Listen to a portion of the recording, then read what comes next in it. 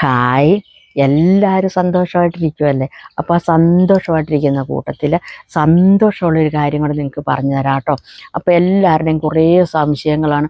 കുറേ ജ്യോത്സ്യന്മാർ പറയുന്നുണ്ടല്ലോ, ചേച്ചി ഇപ്പോൾ ശുക്രദശയാണെങ്കിൽ നല്ലതാണ്, അല്ല ഇപ്പോൾ ഈ ആഴം കിട്ടിയിട്ടുണ്ടെങ്കിൽ നിങ്ങൾക്ക് വളരെ നല്ലതാണ്, നിങ്ങൾ ഓരോ നല്ല കാര്യങ്ങൾ ചെയ്തു, ചേച്ചി അതിനെക്കുറിച്ചൊന്ന് വളരെ വ്യക്തമായിട്ട് പറഞ്ഞു തരാൻ പറ്റുമോ എന്നൊക്കെ എന്നോട് ചോദിച്ചിട്ടുണ്ട്. അപ്പോൾ ഒരു കാര്യം ഞാൻ നിങ്ങളോട് ആദ്യമേ തന്നെ പറയാം കേട്ടോ. ഈ പറയുന്ന കാര്യം സ്കിപ്പ് ചെയ്യാതെ വളരെ വ്യക്തമായിട്ട് നിങ്ങൾ കേൾക്കണേ, എന്നാലേ നിങ്ങൾക്ക് കാര്യങ്ങൾ മനസ്സിലാകത്തുള്ളൂ. പിന്നെ നിങ്ങൾക്കിപ്പോൾ ഏത് ദശാസന്ധിയാണെന്ന് അറിയണമെങ്കിൽ നിങ്ങൾ ജനിച്ച ഒരു സമയം വെച്ച് ആരെ കൊണ്ടെങ്കിലും നിങ്ങൾ പോയി ഒന്ന് നോക്കിക്കുക, ജ്യോത്സ്യന്മാരെ കൊണ്ട് ആരെങ്കിലും. അപ്പം നിങ്ങൾക്കിപ്പോൾ ഏത് ദശാസന്ധിയാണെന്ന് നിങ്ങൾക്ക് അറിയാൻ പറ്റും. ശുക്രദശയാണോ, വ്യാഴദശയാണോ, അതോ ബുധനാണോ, ഹേതുവാണോ എന്നൊക്കെ നിങ്ങൾക്ക് അറിയാൻ പറ്റും കേട്ടോ. എന്നിട്ട് വേണം നിങ്ങൾ ഇതിനെക്കുറിച്ച് കറക്റ്റായിട്ട് മനസ്സിലാക്കിയിട്ട് ഓരോ കാര്യങ്ങൾ ചെയ്യാനായിട്ട്. അപ്പം നമ്മൾ പറയും, ഓരോരുത്തരും പറയും വ്യാഴം കിട്ടുന്നവർക്ക് ശുക്രൻ കിട്ടത്തില്ല, ആ സമയത്ത് ശുക്രൻ കിട്ടിയാൽ വ്യാഴത്തിന് പ്രശ്നമില്ല എന്നൊക്കെ. അപ്പം വ്യാഴം ഏറ്റവും നല്ലൊരു ദശാസന്ധിയാണ്. അതിലുപരിയാണ് മേളിലാണ് നിൽക്കുന്നത് ശുക്രമണ്ഡലം. അപ്പം ഈ വ്യാഴം കിട്ടുന്നവർക്ക് ശുക്രൻ എന്ന് പറയുമ്പോൾ ഒരു വ്യത്യാസമുണ്ട്. നമ്മൾ ജനിക്കുന്ന ഒരു സമയത്തിന് അങ്ങോട്ടും ഇങ്ങോട്ടും ഒക്കെ ഒരു മാറ്റം സംഭവിക്കും. ആ മാറ്റം സംഭവിക്കുന്നവർക്ക് ഈ ശുക്രൻ്റെ ഒരു കാൽ ഭാഗമെങ്കിലും കിട്ടും. അതുകൊണ്ട് ഈ ശുക്രനിൽ സുഖിക്കാത്തവനായിട്ടാരുമില്ല.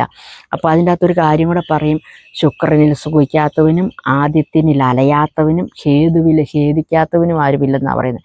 കാരണം ഈ മണ്ഡലങ്ങളിൽ ഏറ്റവും നല്ലതാണ് ശുക്രമണ്ഡലം. അതായത് ശുക്രൻ കിട്ടുന്നവന് ലോകത്തിലേക്കും വെച്ച് ഏറ്റവും വലിയ ഭാഗ്യവാനായിട്ടാണ് കരുതപ്പെടുന്നത്. അപ്പം നമ്മുടെ കയ്യിൽ തന്നെ ഈ മണ്ഡലങ്ങൾ നമുക്കറിയാൻ പറ്റും. ഇത് ഇങ്ങനെ നിങ്ങളുടെ ഉള്ളം കൈ ഇങ്ങനെ ഒന്ന് അടുപ്പിച്ച് പിടിച്ച് കഴിയുമ്പം ഇതാണ് ശുക്രമണ്ഡലം വരുന്നത്. ഇത് നമ്മുടെ ഈ തന്തവിരലിൻ്റെ ഈ ഒരു പോർഷനാണ് ശുക്രമണ്ഡലം, ഇവിടെ വരും. പിന്നെ ഈ ചൂണ്ടവിരലിൻ്റെ ഈ ഒരു ഭാഗമാണ് വ്യാഴമണ്ഡലം സ്ഥിതി ചെയ്യുന്നത്.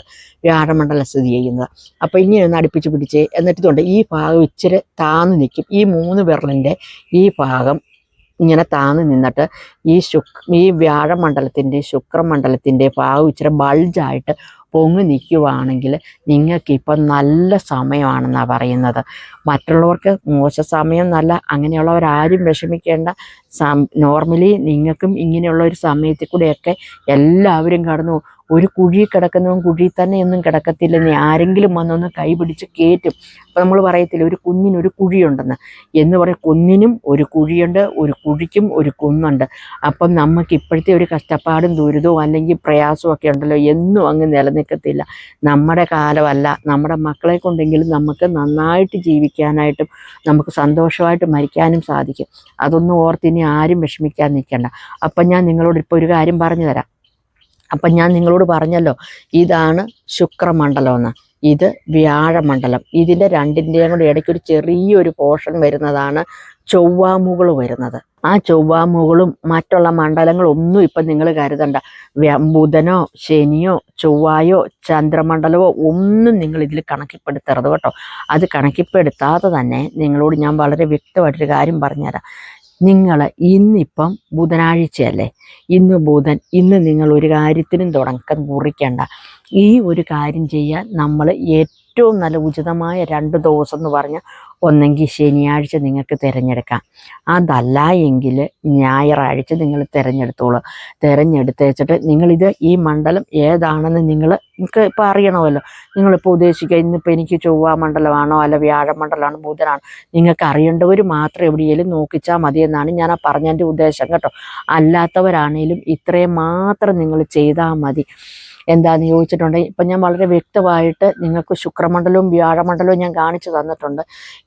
ഇതിൻ്റെ ഒരു ഉൾഭാഗത്ത് നിൽക്കും ശുക്രമണ്ഡലം.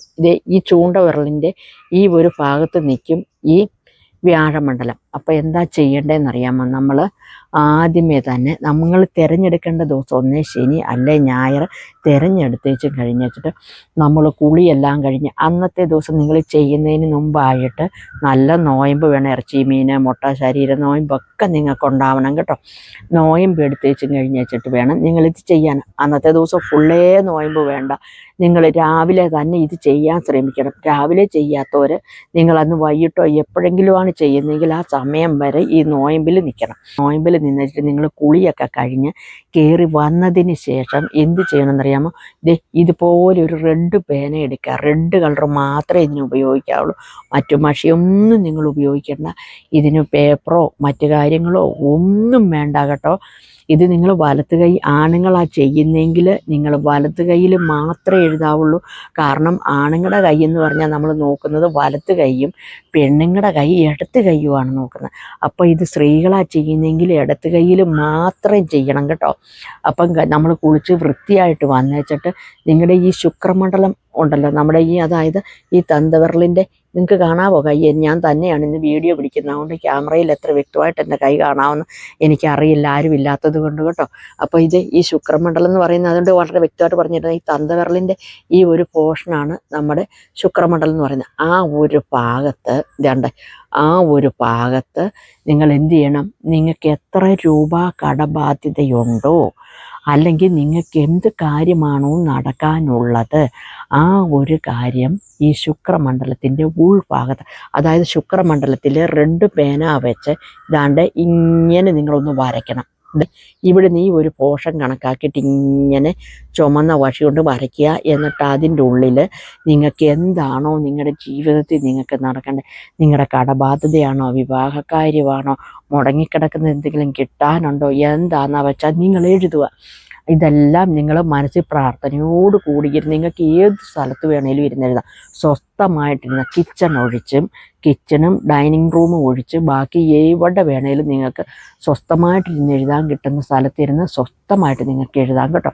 എഴുതി കഴിഞ്ഞതിന് ശേഷം ഇപ്പം ഞാൻ പറഞ്ഞല്ലോ നിങ്ങളോട്, ഈ ചൂണ്ടവിരലിൻ്റെ ഈ ഭാഗവും ഇതുപോലെ തന്നെ റെഡ് മഷി കൊണ്ട് മാർക്ക് ചെയ്യുക. എന്നിട്ട് നിങ്ങൾ എന്താ ചെയ്യേണ്ടതെന്ന് ചോദിച്ചിട്ടുണ്ടെങ്കിൽ, നിങ്ങൾക്ക് എത്ര ദിവസത്തിനുള്ളിലാണ് നിങ്ങൾക്ക് ഈ പ്രശ്നങ്ങൾ തീരേണ്ടത്. അപ്പോൾ ഇത് എഴുതുന്നത് ഒരു കുറഞ്ഞത് നമ്മൾ 21 ദിവസമെങ്കിലും നിങ്ങൾ എഴുതിയിരിക്കണം.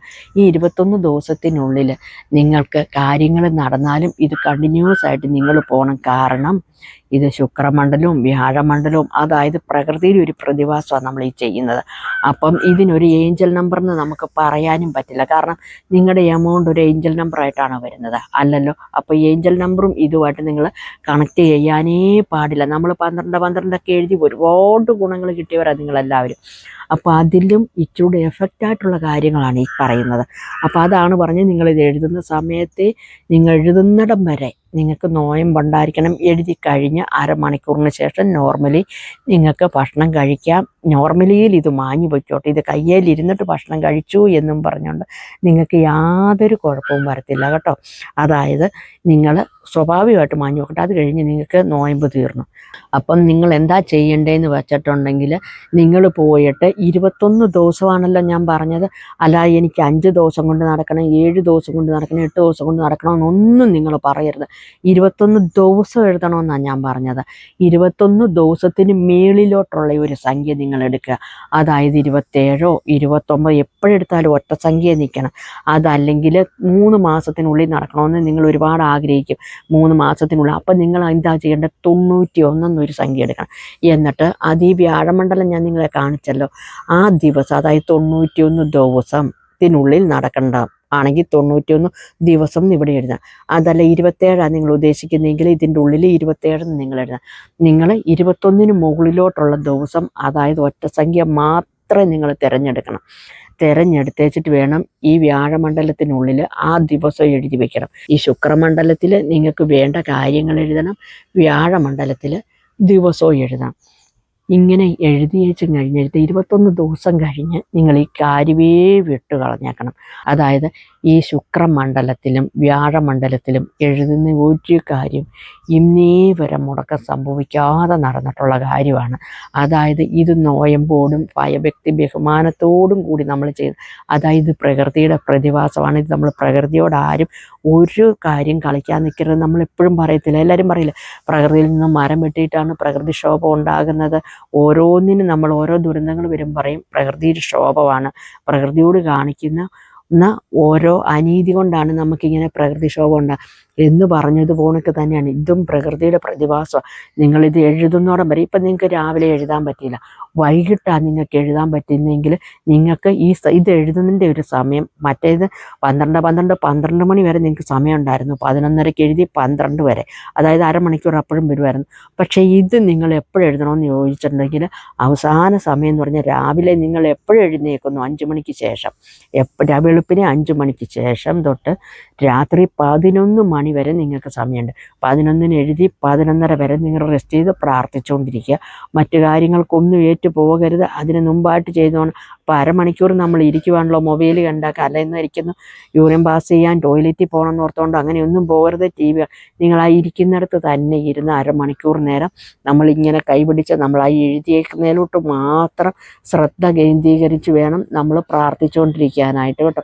അപ്പോൾ ആവശ്യം നമ്മുടേതാണ്, നമുക്ക് വേണ്ടി നമ്മൾ തന്നെ ചെയ്യണം. പിന്നെ കുറേ പേരുടെ ഒരു സംശയമുണ്ട്, ചേച്ചി ഇത് ഇന്ന ആൾക്ക് ചെയ്യാൻ സമയമില്ല, അവർക്ക് ചെയ്യാൻ പറ്റത്തില്ല, സാഹചര്യമില്ല, അവർക്ക് വേണ്ടിയിട്ട് ഞാൻ ചെയ്താൽ മതിയോ എന്നൊരു ചോദ്യമുണ്ട്. അതിന് ഞാൻ നിങ്ങളോടൊരു കാര്യം ചോദിക്കട്ടെ, അവർക്ക് വിശന്നാൽ നിങ്ങൾ ഭക്ഷണം കഴിച്ചിട്ടുണ്ടെങ്കിൽ അവർക്ക് വിശപ്പ് പോവുമോ? ഇല്ലല്ലോ. അവനവന് വേണ്ടിയിട്ട് അവനവൻ തന്നെ വേണം ചെയ്യാൻ കേട്ടോ. പിന്നെ മറ്റൊരു കാര്യം കൂടെ ഞാൻ നിങ്ങളോട് പറഞ്ഞു തരാം. ഈ കർമ്മം ചെയ്യേണ്ടത് 18 വയസ്സിന് മേളിലോട്ടുള്ള ആർക്കു വേണമെങ്കിലും ചെയ്യാം. അല്ലാണ്ട് 18 വയസ്സിൽ താഴെയുള്ളവരൊന്നും നമ്മൾ ഈ പ്രകൃതിയോട് നമ്മൾ മത്സരിക്കാനും പരീക്ഷിക്കാനും നമ്മൾ നിൽക്കരുത് കേട്ടോ. അപ്പോൾ അവർക്ക് അതിൻ്റെ സീരിയസ് അറിയത്തില്ലാഞ്ഞിട്ട് തന്നെയാണ് ഞാൻ ഈ പറയുന്നത്. പിന്നത്തെ കാര്യം എന്ന് പറഞ്ഞിട്ടുണ്ടെങ്കിൽ ഇത് മുടക്കം വരാതെ തന്നെ നിങ്ങളിത് ചെയ്തു കൊള്ളണം. പിന്നെ നിങ്ങളോട് ഒരു അത്യാവശ്യ കാര്യം ഞാൻ പറയട്ടെ, ഇന്ന് എഴുതുന്ന സമയത്ത് തന്നെ നിങ്ങൾ നാളെ എഴുതാൻ നിൽക്കണ്ട, നിങ്ങളുടെ സമയം പോണക്ക് നിങ്ങൾക്ക് ചെയ്യാൻ കേട്ടോ. ഇപ്പോൾ ഒരു ജോലിക്ക് ഓഫീസിൽ പോകുന്നവർക്ക് ഇതിലെ പോയാലും അരമണിക്കൂർ നേരം നിങ്ങൾക്ക് റെസ്റ്റ് സമയമുണ്ടല്ലോ, ആ സമയത്ത് നിങ്ങൾ എഴുതിയാലും മതി. അതും റെഡ് മഷി കൊണ്ട് തന്നെ എഴുതണം കേട്ടോ. ഈ കോളം നമ്മുടെ ശുക്രമണ്ഡലത്തിൻ്റെയും വ്യാഴമണ്ഡലത്തിൻ്റെയും കോളം തിരിച്ചിട്ട് ആ കോളത്തിന് ഉള്ളിൽ മാത്രം വേണം നിങ്ങൾ എഴുതാനായിട്ട്.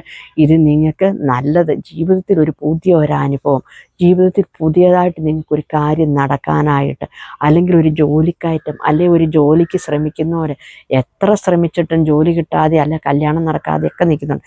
എല്ലാ കാര്യങ്ങൾക്കും ഒരു നീക്കുപോക്കാണ് ഈ ഒരു കാര്യങ്ങൾ. പിന്നെ നിങ്ങളോട് ഞാൻ പറഞ്ഞു, നിങ്ങൾ ഇത് എഴുതുമ്പം നോയമ്പിലായിരിക്കണം. പിന്നെ മറ്റൊരു കാര്യം പറയാം, മറ്റുള്ളവൻ്റെ ഒന്നും കണ്ടിട്ട് നമ്മൾ അവരുടെ ഒരു ഉയർച്ചയിലോ കണ്ടിട്ട് നമ്മൾ അസൂയപ്പെടരുത്. നമ്മുടെ മനസ്സ് എപ്പോഴും ശുദ്ധമായിട്ടിരിക്കണം. അങ്ങനെയുള്ളവരൊക്കെ മാത്രമേ ഇത് എഴുതാവുള്ളൂ. അത്രയ്ക്ക് പ്രപഞ്ചത്തിൻ്റെ ഒരു ശക്തി അടങ്ങിയ ഒരു കാര്യമാണ് ഇപ്പം ഞാൻ നിങ്ങൾക്ക് പറഞ്ഞു തന്നത്. ഞാനിത് പറയാതെ ഇരുന്നതാണ്, കുറേ കാലം കൊണ്ട് ഞാൻ വിചാരിച്ചിരുന്നു ഇത് പറഞ്ഞു തരാം. പക്ഷേ പിന്നെയും ഞാൻ ഓർത്ത് വേണ്ട, നിങ്ങൾ എന്തെങ്കിലും ഇതിൻ്റെ അകത്തൊരു പാകപ്പഴ കാണിച്ചിട്ട് അതിൻ്റെ ഒരു പാവം ഏക്കണ്ടെന്ന് വിചാരിച്ചിട്ടായിരുന്നു പറഞ്ഞു തരാമായിരുന്നു. അപ്പോൾ കുറേ പേര് വന്നിട്ട് പറഞ്ഞു, ചേച്ചി ഞങ്ങൾ എത്രയൊക്കെ കാര്യങ്ങൾ ചെയ്തിട്ട് ശരിയാവുന്നില്ല, വേറെ എന്തെങ്കിലും ഒന്ന് പറഞ്ഞു തരുമോ എന്ന് ചോദിച്ചതുകൊണ്ട് മാത്രം കേട്ടോ നിങ്ങൾക്ക് ഞാൻ ഈ കാര്യങ്ങൾ പറഞ്ഞു തരുന്നത്. അപ്പം ഞാൻ ഈ പറഞ്ഞതുപോലെ തന്നെ നിങ്ങൾ ചെയ്യുക. എന്തെങ്കിലും സംശയം ഉണ്ടെങ്കിലുണ്ടല്ലോ കമൻറ്റ് ബോക്സിൽ വന്ന് കമൻറ്റ് ചെയ്യാൻ മറക്കല്ലേ. അതുപോലെ തന്നെ എൻ്റെ ഈ കൈ ഇങ്ങനെ കാണിച്ചത് നിങ്ങൾക്ക് വ്യക്തമായിട്ടില്ല എങ്കിൽ നിങ്ങൾക്ക് ഒന്നുകൂടെ വന്ന് കമൻറ്റ് ബോക്സിൽ വന്ന് ചോദിച്ചോണം. അപ്പം ഞാൻ വളരെ വ്യക്തമായിട്ട് നിങ്ങൾക്ക് ഞാൻ പറഞ്ഞു തരാം കേട്ടോ. അപ്പം വീണ്ടും അടുത്ത വീഡിയോയിൽ നമ്മൾ കാണും. അപ്പം ടാറ്റാ ബൈ ബൈ, ഓക്കേ.